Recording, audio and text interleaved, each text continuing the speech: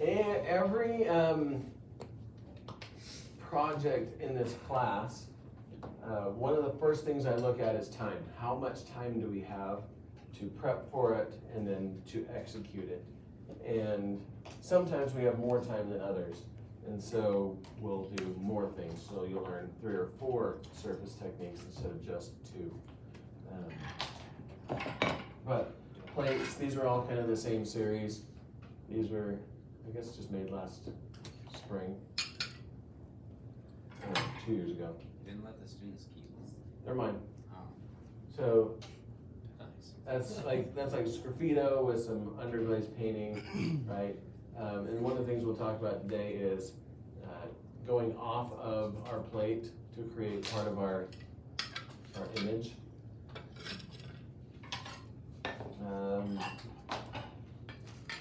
This is just a random one, but you have the kind of the flower design there. Some stuff that we did today in the other class. This is a transfer.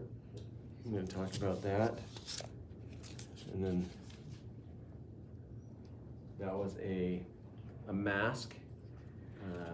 And we've kind of done some of that. So I'm going to start by throwing out a slab. Now, when you start, you're going to do 2 plates. You're going to start them, and then you'll probably just start to work and finish one. And then if there's a problem, you'll kind of kick to the other one. You're only going to fire 1 plate. But again, sometimes things happen. Things break. Things warp. And I want you to be able to get a plate. So, when we choose clay for this class and for our projects, a lot of times we're going to use recycled clay. So when we're doing on the wheel, we use recycled clay.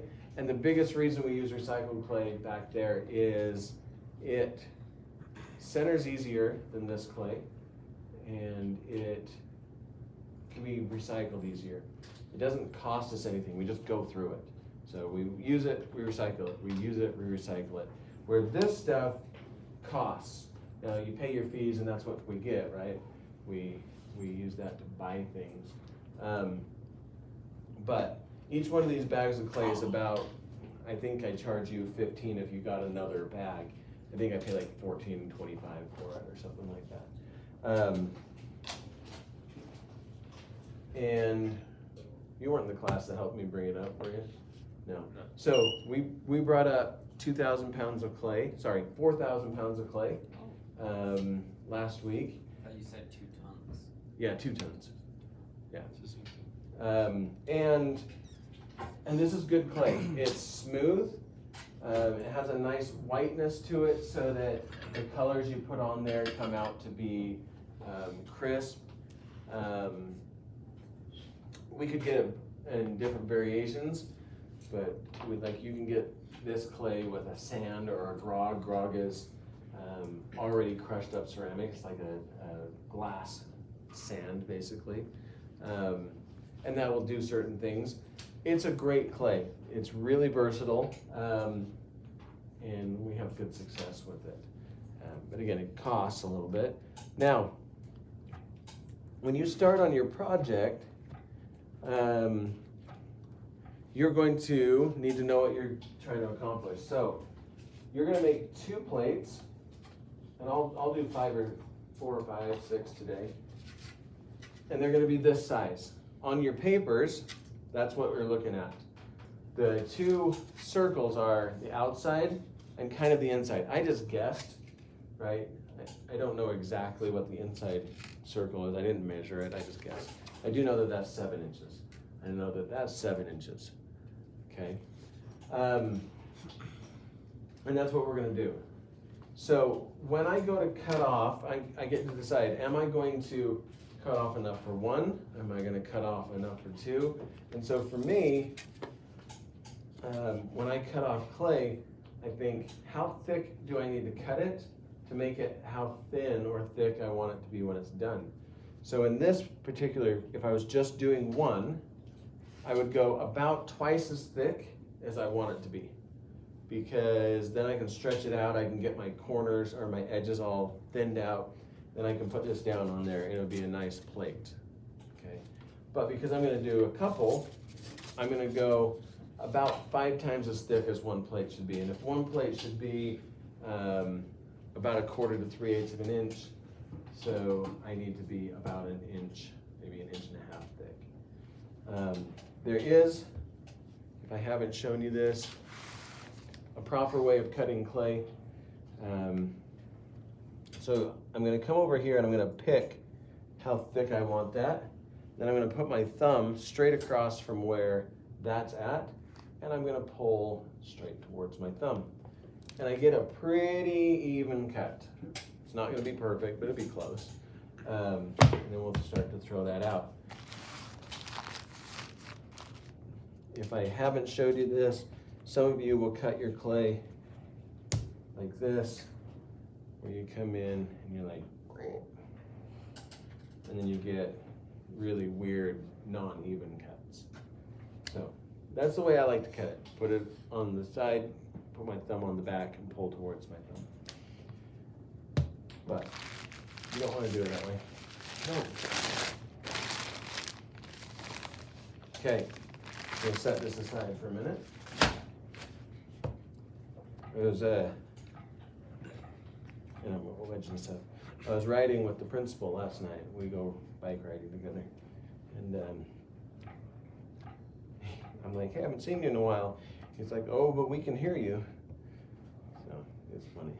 What do you mean? He's like microphones in here? No, because if you remember from one of my earlier things, I come over here and I go like this. Because that's where his office is. and he can hear it. You purposely do that? All the time. I just did.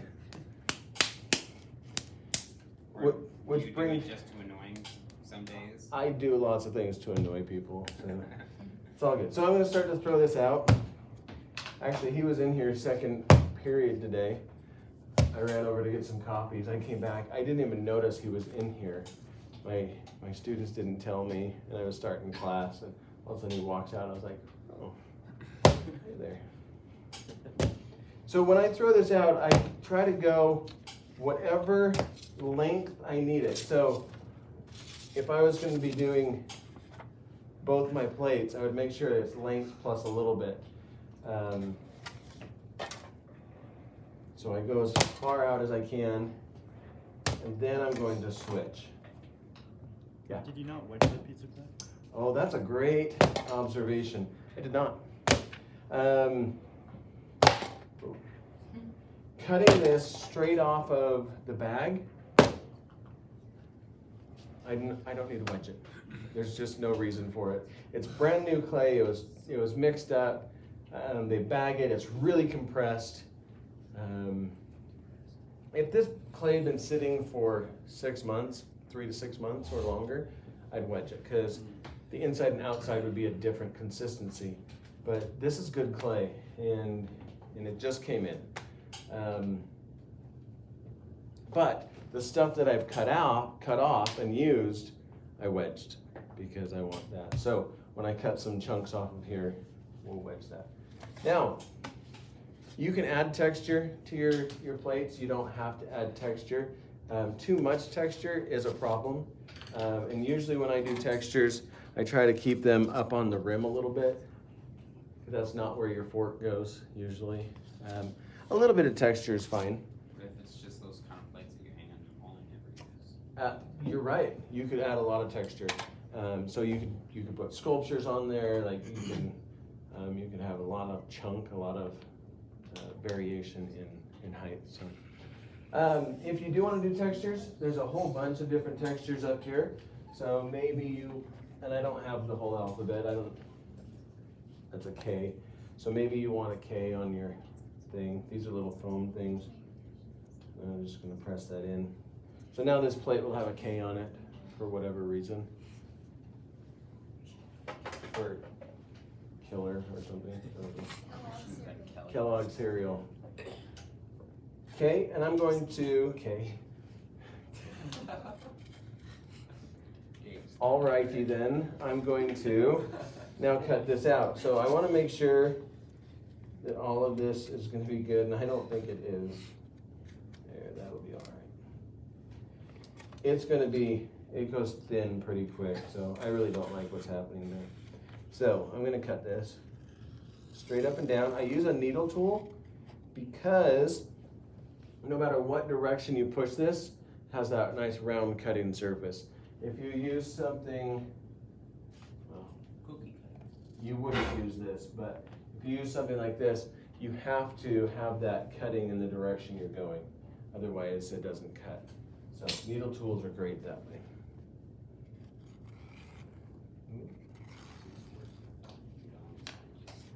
Okay. So we're going to look at that. Thickness is good. We'll set that over there. I am just going to re-wedge this. I didn't like that.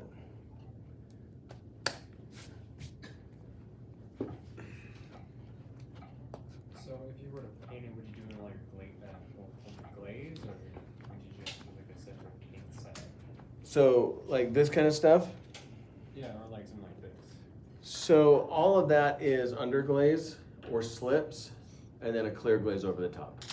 So you're gonna do all that stuff before you fire it, and then you'll put the clear glaze on afterwards, and then fire it again. So when we learn about glazes this semester, we're gonna start slow and move up. So we're gonna learn about underglazes. That's what we're gonna start to do today. And then clear glaze on that. Then the next time we do something, we're gonna learn about paint on glazes and dipping glazes.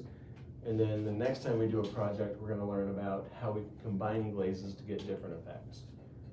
So we kind of build on what we're trying to accomplish.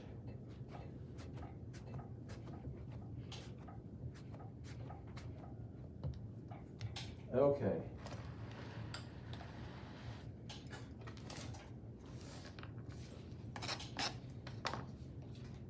Throw this out. Remember to turn the spirals towards you. And if there's a problem, air bubble, inconsistency, remember you can cut around it or compress it. That's good.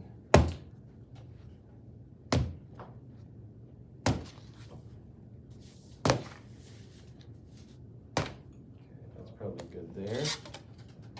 Now we're going to throw this one out too.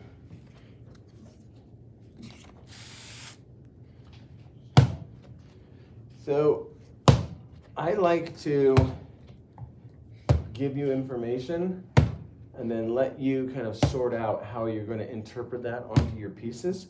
Sometimes that's more painful than it should be. For you, I've made lots of plates.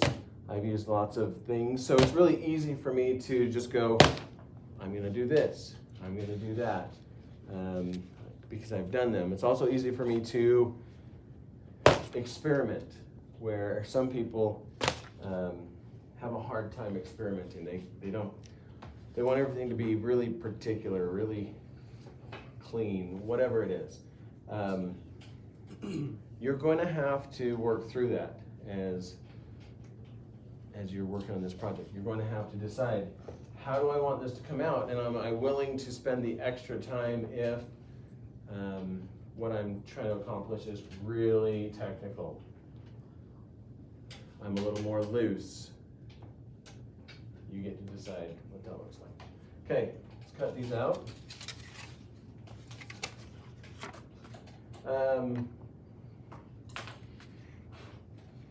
Straight up and down.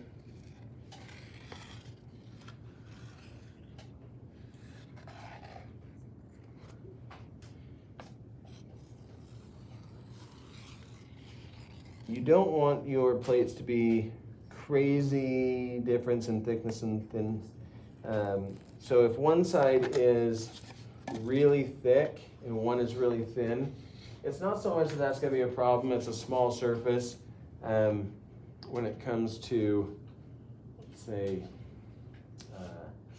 cracking, but it'll be funny looking. So make sure that one side pretty much equals the other. It doesn't have to be exact. A little bit of variance doesn't matter, but you don't want to be too crazy different. Or maybe you do. I don't know. It's not my point. Okay. That looks good. All this extra clay needs to be wedged up here pretty quick and put in the bag or reused. Let's do this. For every plate you do, you should have another actual form. We use styrofoam because It's burnable. no, styrofoam is not burnable. Yes, it is. Not really. It's If you plastic. can light it on fire, it's burnable. Okay, you shouldn't burn styrofoam because it puts off bad fumes. But no, we use it because for two reasons. It helps to keep our plates wetter longer, and the plate itself won't stick to our clay because it's not going to soak in the water. If I use paper plates, we'd put it on today, and when I come back to it on Tuesday, that paper is going to have soaked in the water. When I pull it apart, the paper peels, and it's a problem. So That's why you burn it. That's- That's why you you just- burn the you just paper off. burn it off. Okay, one option for making plates. Yeah. Oh, I thought you were doing that. Is to make non-round or have your plate go out a little bit. You see how it's out just a little bit. So you could be like a flower or something like that. I recommend not going too far. And this is one of those things, if you want to be very exact, you can measure it out. If you don't care, you can just kind of go for it. Some people are very precise and technical, and I'm not. So whatever works for you. There's a lot of things in this world that I don't worry about. Which has nothing to do with anything. Or maybe it does.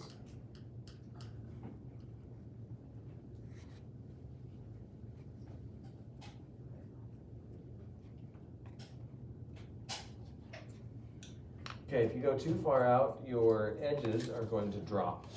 They won't have any support. It's gonna be like a pie crust. Like a what? Pie crust. Like a pie crust, maybe. Yeah, kind of like a pie crust.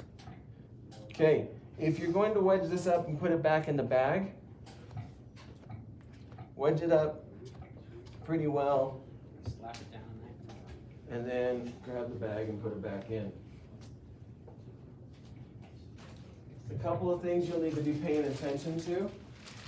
If you ever see a bag of clay and it's open like this and nobody is digging into it right then, please go and just close it up. Okay. We don't need to let this clay dry out any faster than it already is going to. Okay, set that in there. What? It's like bread. You don't want it to, you don't want the bag to stay open. You don't want the bag to stay open. Now, we're gonna clean up the edges. You can see there's little clay chunks on the edges. I call them clay boogers. You know, because then you can flick into people. I would come in if there's a lot of them and just use my fingers to grab them, and then I would take my sponge right there. I take my sponge and I'm gonna squeeze that out, and then I'm just gonna pinch around the edge, and that will help to compress those and make them look a little bit better. And then as we move forward, we can do that again if we need to.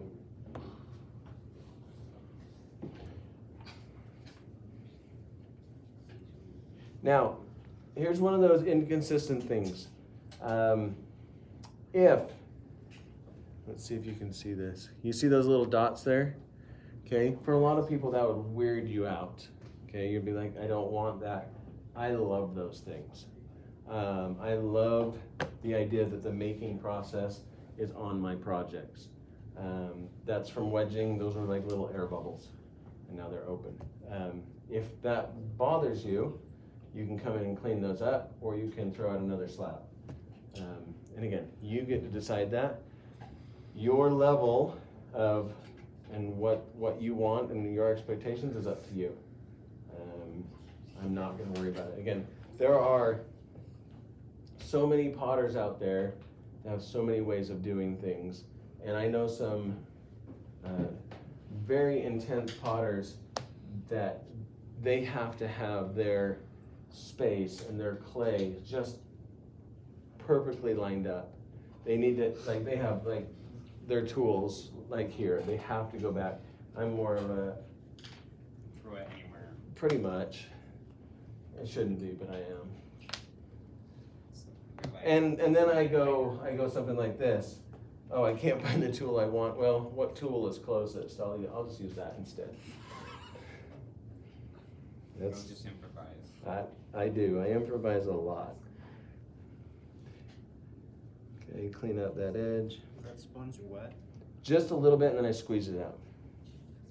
Great question. And I don't need to do it all, just a little bit. Okay, set that aside. One thing that you should work on though is making sure that your area is cleaned up. As little chunks of clay go off, they'll dry. And then all of a sudden when you throw down your plate, and now it has a little chunk of clay or a mark from it. And again, if that's a problem for you, you're gonna have to work to solve that problem. That's not a problem for, see, I'd be like, let's run little balls of clay over my plate so that it adds some texture or some layers. It just sounds like fun. So my own work, the way I like to work as an artist, I love textures, I love layers, and I love randomness. And I love things that don't make sense. And I love to just kind of react to what I'm doing. And some people like to plan things out. I like to react. Okay, so I have 4 things, a couple things we can decide. Am I gonna put on my underglazes or my slip now? Am I gonna put it on the plate and then put it on? Completely up to you how that works. So, and then from there, it's how do I want my plate to sit? So,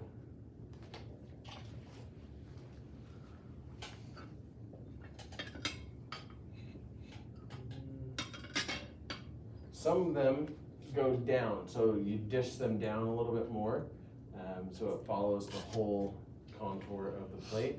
And others just have more of a slight bend to them. That one is just flat. So this one just has like a slight bend to it. It's not completely bent in. This one warped a little bit. You see that?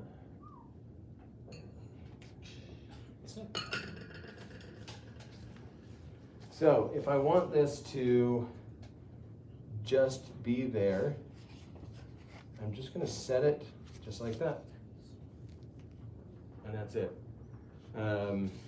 If I want it to go down, I'm gonna set it on there, and then I can just drop my plate, and that'll push that down. Okay. Or you can bring a sponge in and kind of crease that. While I'm doing this, if you have any, hey, could I do this, or is this possible, or I was thinking about this, please let me know, and I can address them. Yes? What if you like pinch the edges like a pie crust? Oh, so if I came in like right here, and I was like that. So far, the laws of physics are okay. We haven't blown anything up. So yeah, the answer is yeah. One thing I would avoid is going too thin so that you don't have sharp edges. But other than that, yeah, if you wanted to come in and pinch that, or if you wanted to come in and add some texture up through there. There's all kinds of things you can do there. You can do this before or right now. You know, you can run some edges. There's all kinds of stuff you can do like that. I don't know if I like how that turned out, but But you said you like randomness. I do. Maybe I don't like this randomness.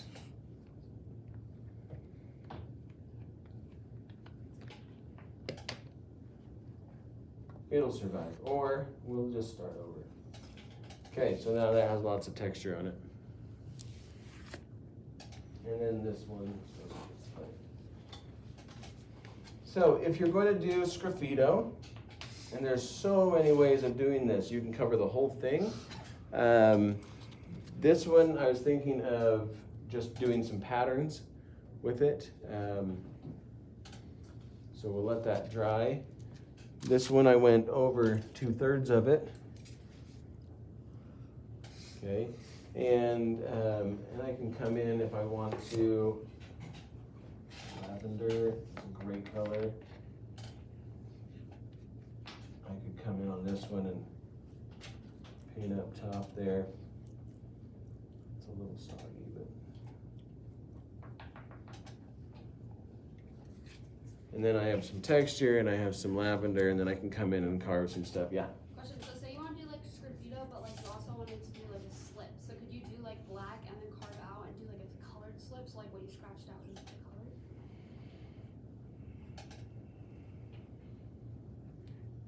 Yes. In a sense, yes. So you could come in and paint anything you wanted. So let's pretend that I scratched out this white stuff, right here. I could come in with any size of a paintbrush and paint that a color, okay? If you get more detailed, it's a little bit harder.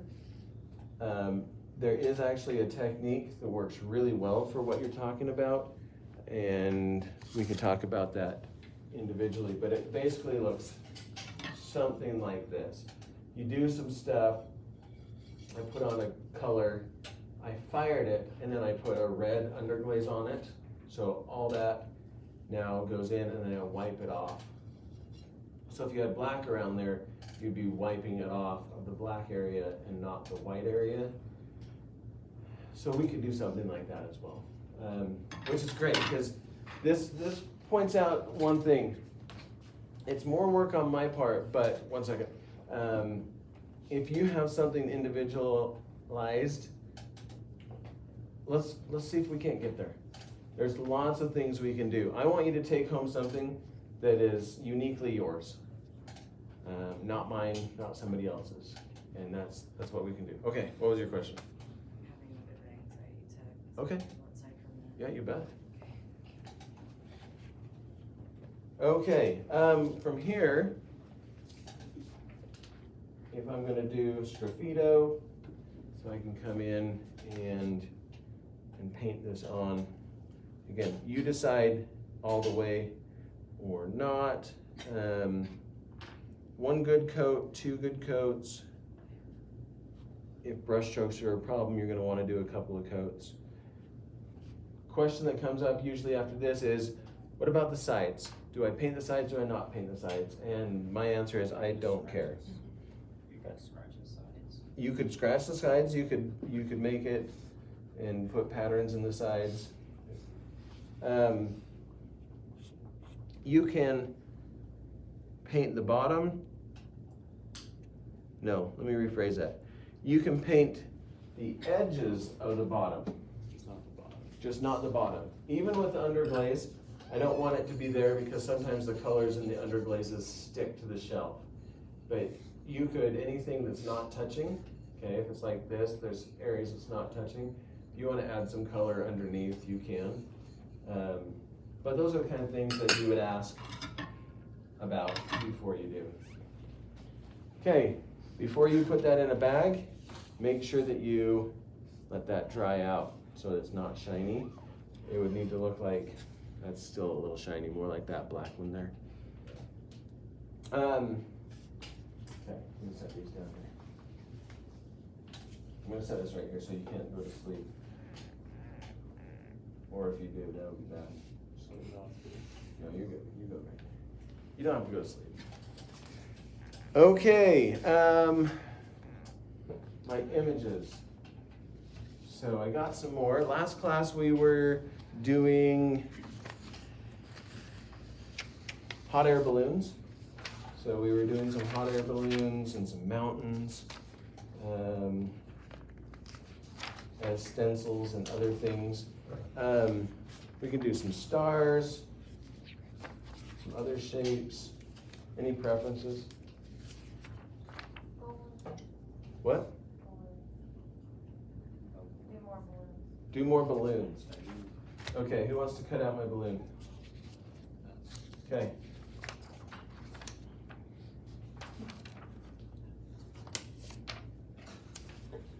You can keep the scissors. Oh, you have your own? Just on the table. Nice. Those are actually better scissors. Okay, so while he's doing that, I'm gonna do one, and I'm just gonna do a pattern. And I wanna show you a couple of things on this.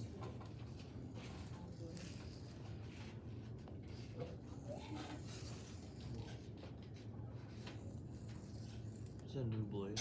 No, the new blades are ordered, they should be here. They were supposed to be here yesterday, so I don't know what they're doing. But, so, again, how you work is up to you. I just randomly cut some patterns. You can be more precise. We did get some new spray bottles in, some little guys. They seem to be working really great. So I'm gonna just set this on there. Can we see that? One of the nice things about, oh, I should put this over here. One of the nice things about cutting like with an X-Acto knife here is my patterns will kind of line up. So I'll put that there, and they still kind of mimic each other because they're from the same paper, right?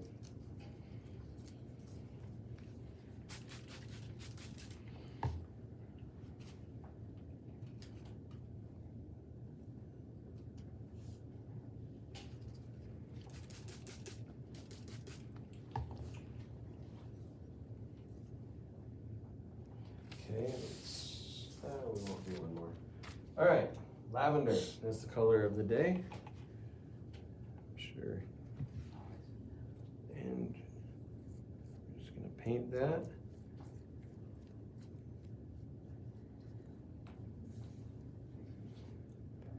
Now I like to do these, and then I like to use them as transfers to create patterns or lines somewhere else.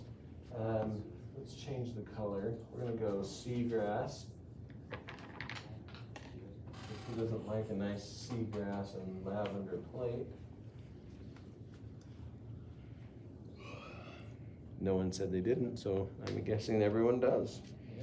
Either that or they're zoned down doing what's going on. Oh, people don't zone out in this class right after As lunch. soon as everyone looks up. Like, who's zoning out? Okay, so all these things, I'm gonna start to peel them.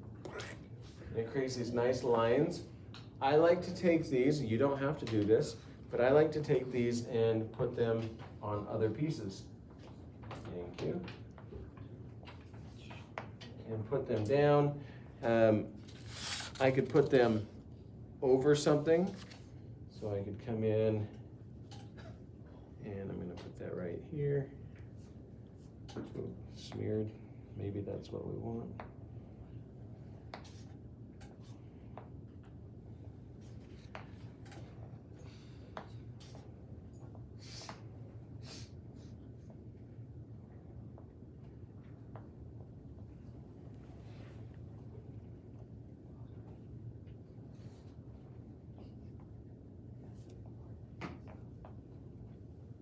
Okay, let that sit for a minute.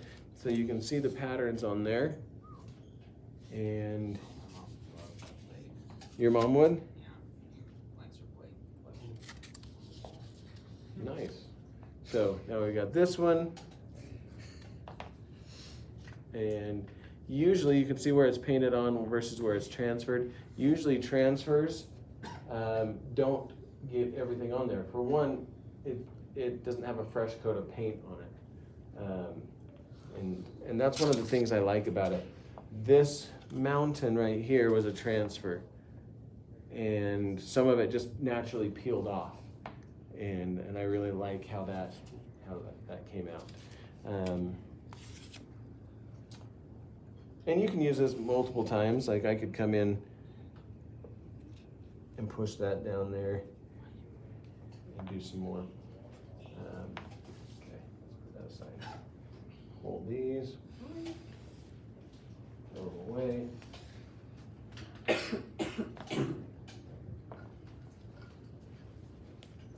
We're gonna let those dry a little bit, and then we can come back in and do some other things.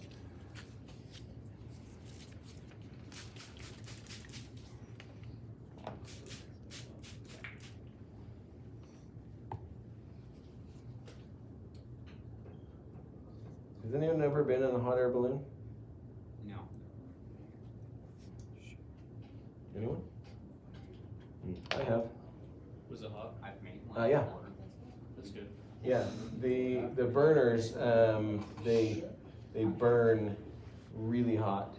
We actually went out, my first time going out, I went out on New Year's Day Really? in American Fork. So it's freezing cold. And we went up, and my feet were freezing, but my head to about my waist was warm.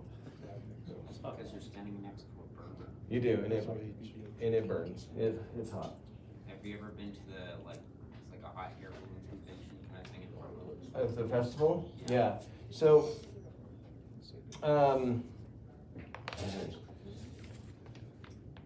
so I pick hot air balloons a lot. I actually help to crew a balloon. Or I've crewed multiple balloons. And what crewing means is we help to take up, get ready to fly, and then chase, and then put it down when they land, the balloons. And we do that 5 or 6 times a year. What was that? So you weren't actually in the balloon? I have been in a balloon a couple of times. I don't fly every time. I mean, like, while you were crewing it? No, while you're crewing it, you're not in the balloon. The pilot's in the balloon, passengers are in the balloon. The crew is not in the balloon.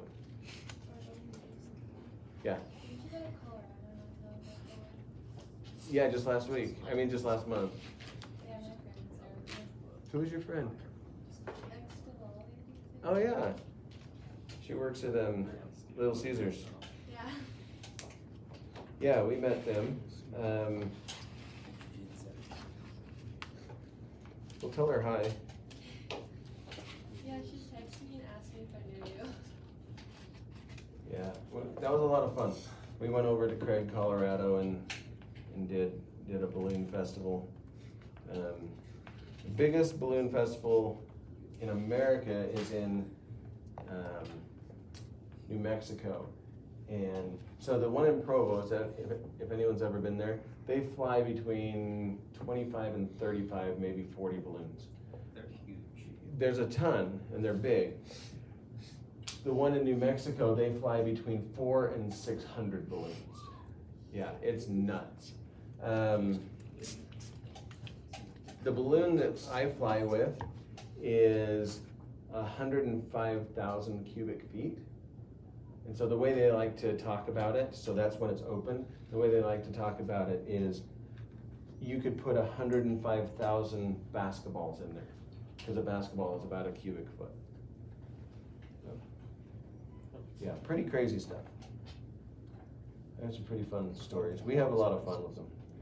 Okay, so that's on there. Let's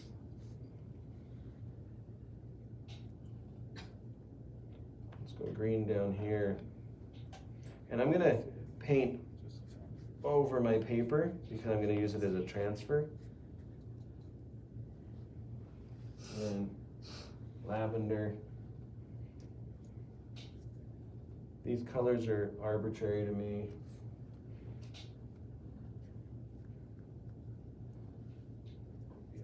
But we'll have more colors for you. Hopefully by next week our new set of glazes show up. And paint over the paper.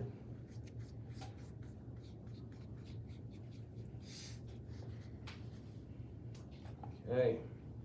So let's, I should have used a different color. But we're gonna pull this off. So you get a nice clean line. I'm gonna set this right.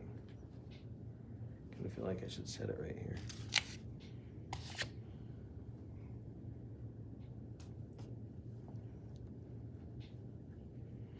So if you're ever at a balloon festival, since we're talking about balloons, for the most part, you can go up and talk to the pilots. You can go up and like hang out by the baskets. Sometimes they'll tell you not to touch stuff, but it's really kind of fun to go and learn about what they do and how they do it and all that good stuff. Do any of them ever bring a generator with them and just plug a fan in? Just go about So no, that they fly based off of wind currents, and so like in Utah in Provo, you have 1, 2, 3, I think 4 major wind currents at different altitudes, and so they just learn to fly. And they call that a box valley. So it basically says if you go up to this this altitude, it'll push you this way. If you go up another, it'll push you this way, and they try to kind of pilot that way. But they are 100% at the mercy of the wind. Right. So even if they had a fan, it's not going to actually push them anywhere. So if you put like a small propeller on there, wouldn't it make the balloon a balloon? Anyway? You would have to have a much larger basket, I'm sure. I don't know all the technicalness of that, but I'm going to guess if you actually had a propeller on there, the basket, it would push the basket and the balloon actually wouldn't move. Unless you put it, never mind, that wouldn't work. Make it unstable and make the balloon go. Yeah. Okay. So we have a lot of stuff going on here. We get out of here at 55, so I really need to change my colors because that's a lot of green and lavender. We can get some contrast going. One of the things you'll see as we move forward, I'll show you some of these on Monday, Tuesday, Wednesday when you'll be here. You'll see some of the layering that I do, and you can already start to see that. Again, these are just experimental things. I like that. If you don't like that, try something else. A good question would be, could I do this, whatever it is? And then we can talk about it, and then I could say, you should try it on a tile, or you should throw out a slab and see, or you should put that on paper and try it that way. There's lots of things that we can cover, but trial and error, that's where we get cool things and all that. Let's see, anything else you need me to cover? Like anything you want to see? Just the plates. Just the plates? Yeah, cover the plastic. Oh, and how to put them in plastic? Oh, because we could. And that's actually a good thing. I'd show you this on Wednesday. But when you go to put these away and they're not shiny anymore, I'm not going to put these in a bag. I'm going to put bags over them. So I'll go like this and drop that down and cover it up pretty good. But I don't want to seal it up because the styrofoam doesn't allow water to go down. So everything's going to go up. And if you sealed it up in a bag, the water's not going to go anywhere. And so your clay will stay at this moisture, so workable, for a long time. So you want it to stay out. Most of us want our clay to dry a little bit so that we can start to do sgraffito and stuff like that. What we don't want is it to dry so fast that then it starts to warp. So if I leave these out for too long and they dry too fast, it'll warp. So we don't want that. But that's one of the reasons why we do 2 plates. If one of them warps, you can start working on the other one. Any questions there? No? Let's see, what else can I cover?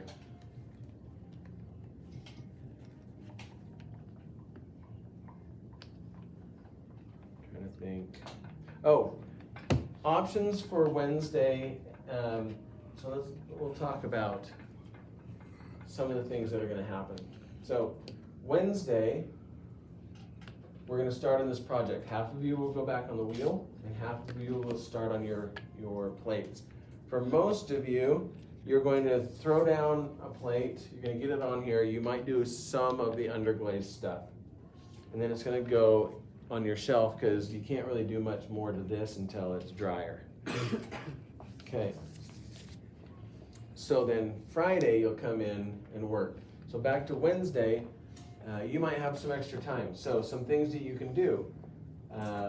You can do some trial and error now that you have more of an idea of what you want to accomplish. So grab some tiles, grab some other clay, play around with materials. You can work on the tiles. You can also sculpt something.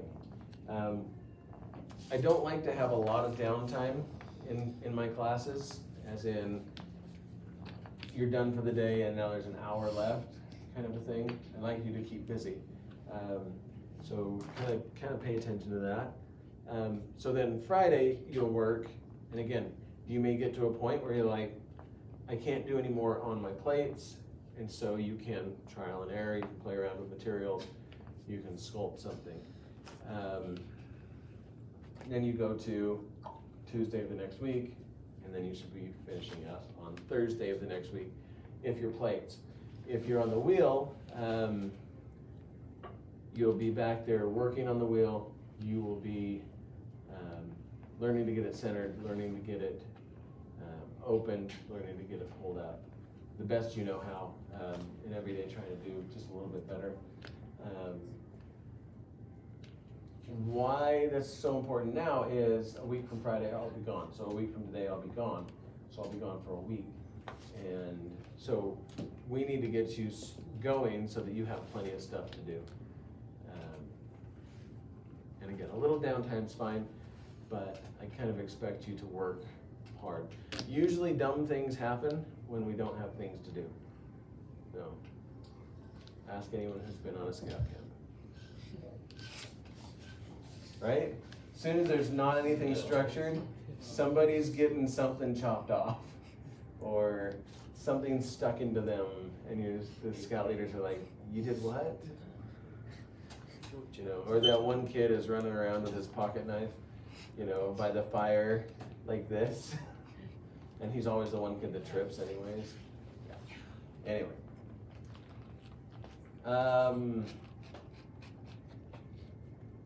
Does that make sense on what we're doing?